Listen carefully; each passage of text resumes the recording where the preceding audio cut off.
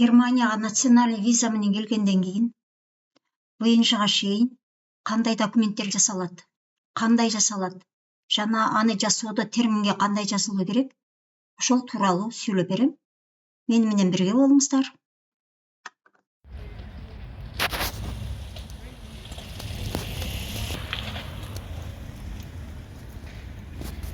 Национальный визаны кандай алдым, кандай жол менен алдым, кандай документтерди жасадым, ол тууралуу мен сиздерге кийинки видеодо айтып берем.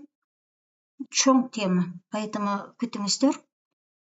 Кызыктуу чоң темада видео боло турган болот. Бүгүн болсо ушул Германияга келгенден кийинки национальный виза менен кандай документтерди кантип жасадым, кандай мөөнөттө жасадым, кандай күч кетти, кандай тоскоолдуктар болду, ошол тууралуу сөз болмокчу.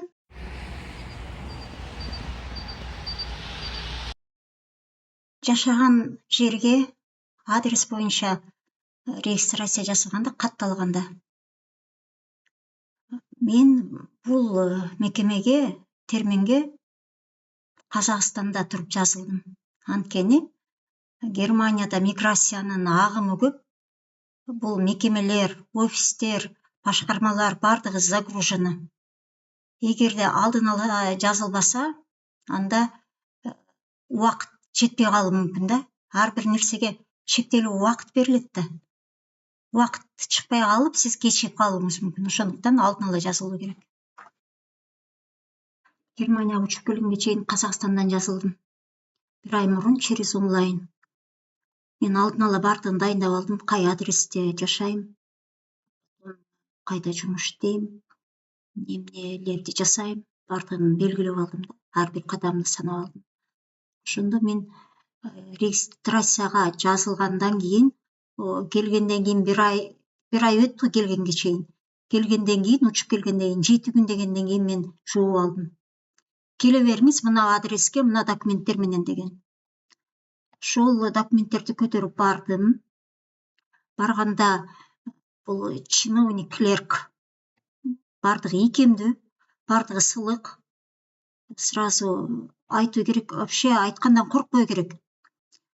Mein Deutsch ist schlecht. Менин тилим жакшы эмес, менин грамматикам начар. Мага жардам бериңиз.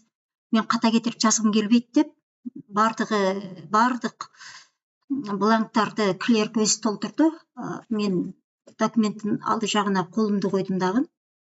Бардыгын сурап алдым. Эмне кийинки документтерди кандай жасайм? Эмне маанилүү? Бардыгына жооп берди. Ошо менен регистрацияны жасап алдым да жашаган жерге кеттим. Бул жашаган жерге регистрация туруу өтө маанилүү. Бул регистрацияга тургандан кийин сиз штое номер аласыз или идентификационный номер. Бул идентификационный номер алгандан кийин бул номер менен сиз банковский карта ача аласыз. Банковский карта ача аласыз. Еще эгерде бала чака болсо, бала чакага пособие алууга болот, кимдер келди, И потом адреске туруу маанилүү. Бул адреске катталбай туруп, эч кандай сим-картаны активировать этүүгө мүмкүнчүлүк жок да. Сим-картаны активировать этип алдым. Ошондо мен келгенден кийин 10 күндөн кийин ушул 3 жумушту жасадым.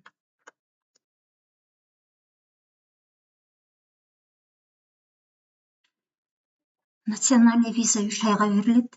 Бул 3 айга национальный виза берилгенде, виза берген организация или как бюро да өздөрү жасап берет да, ошол 3 айга медстраховканы Казакстанда жасап берди, ол кымбат болгон жок.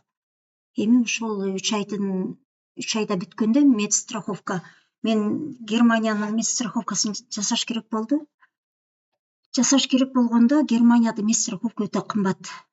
Ошондуктан мен альтернатива издеп баштадым да. Эгерде мен убактысында ача албай калсам медстраховканы, эмне кылышым керек?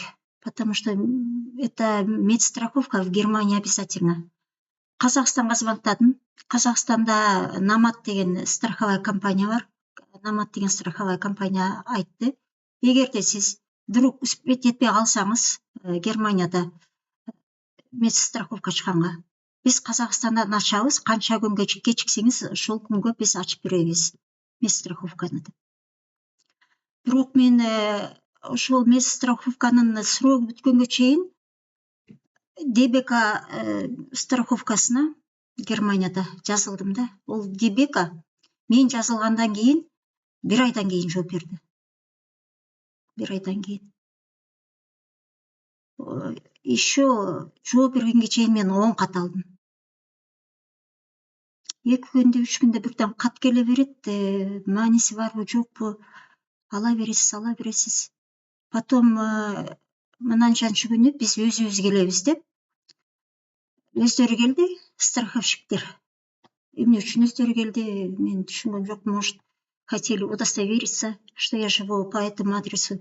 Айтыр өздөрү ноутбуктары, принтерлер менен өздөрү келип, бүкүл формулярын өздөрү толтуруп, менин немис тилим начар болгон үчүн алдына кол койдум.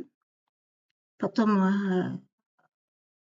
о кишилер айтты, сиз эми мына 1 айдын ичинде жашаган жериңизде жакын жерде врач болсо ошо кат алышыңыз керек. Семейный врач общей практики дейт бизде. Ошондой врачка кат алышыңыз керек. Ого кат алуу үчүн сиз обследование өтүшүңүз керек деп. Мен, конечно, мына ошол мен турган кварталдагы врачка звонтадым жазылуу үчүн. Мага жооп 20 күндөн кийин келди. Мынанча күнү, мынанча жерде, мына жерге келиңиз, мына документтериңиз менен деп. Документтеримди көтөрүп бардым. Это простая формальность, минус плюс галочки, потом жүрөгүм өпкө, ошондой нерселер текшерип айтып өттүм. Мен айтайын дегеним, жерде любой терминди өтө узак күтөсүз. Сиз айтылган мөөнөттө бүтпөй калышыңыз мүмкүн да. Ошондуктан алдын ала жазылган терминге алдын ала жазылган бул жакшы нерсе. Немистер өтө тактыкты, бардык нерсени туура иштегенди жакшы көрөт. Ошондуктан термин менен жүрө керек бул жерде. Национальный виза алганда 3 ай ушул үчүн берилет да, 3 ай мөөнөт берилет да. Мына 3 айдын ичинде ушундай документтерди бүткөрүү керек деп. Ушул документтерди бүткөндөн кийин анан ВНЖга тапшырылат. ВНЖга тапшырган үчүн дагы терминге туура керек кой. Бул терминге мен Германияга учуп келгенге чейин 1 ай мурун онлайндан жазылдым да. Анткени булар кандай иногда вообще реакция болбойт да, звонтасаң, жазсаң эмейлден. Потому что мигранттар көп да, келип кеткен киши көп, агым көп, колдору бошобойт. Жазылгандан кийин 3 айдан кийин документтерим дайын го мен. Германияга келгенден 3 айдан кийин звонтадым. Звонтасам эч ким албайт. Потом электронный поштага жаздым. Игнор, эч ким жооп берген жок. Экинчи ирет жазганда гана мага жооп келди. Сиздин национальный визаңыз мынанчанчы числодо бүтөт. Сиз мынанчанчы числого келесиз. Ошо бүтүп атканда срокко келиңиз. Мына документтерди алып келесиз. Сүрөт, ошолорду алып келиңиз дагы, күтүңүз, биз сизди чакырабыз деген.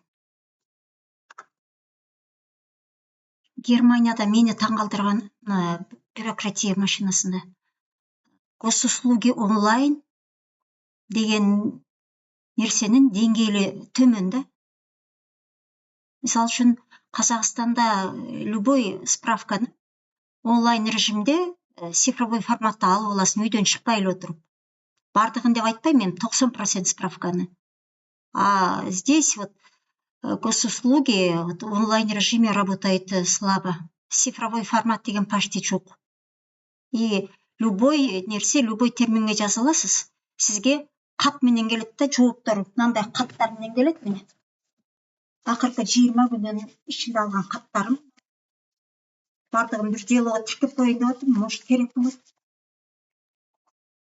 Мындай Дебека, что я номер. Так. И сиз эгерде кээ бир госоргандардын сайттары бар да, сайттарга жазылсаңыз, катталсаңыз, огон пароль алуу керек го. Ошо паролдун өзү сизге почта менен келет. Эгерде 2 рет аутентификация сураса, мына компьютер, интернет, сиз 2 рет катталасыз. Бул жерде Германияда мына почта деген кагаз почтасы или как почтовый ящик. Эч качан бошобойт да, күндө бирден почта алып турасыз. Бирденке. Или вербунг деген это реклама. Рекламные брошюрки, газеты, синевые приложения. Ошондой нерселерди алып турасыз. Это иногда и раздражает. На каждый же вот это письмо надо отвечать же, огон марка чаптап, ону апарып туруп почтага салуу керек. Ушундай маселелери бар да.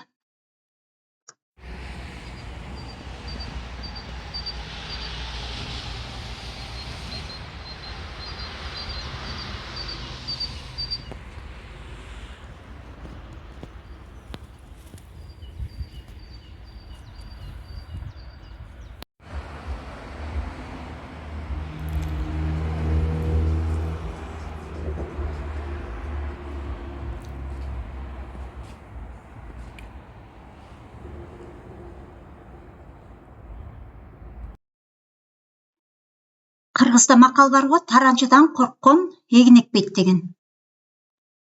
Кандай кыйынчылык болсо да одан коркпой, тоскоолдук болсо да коркпой чыгыш керек. Азыр глобалдаштыруу жүрүп атпайбы? Бул глобалдаштырууда миграция бул закон ченемдүү көрүнүш. Ошондуктан чыгыңыздар. Андай деле кыйынчылыгы жок. Просто адам грамотный болуу керек, күчтүү болуу керек и максатты туура коюу керек. Ошондо всё у человека получится. Сау болуңуздар.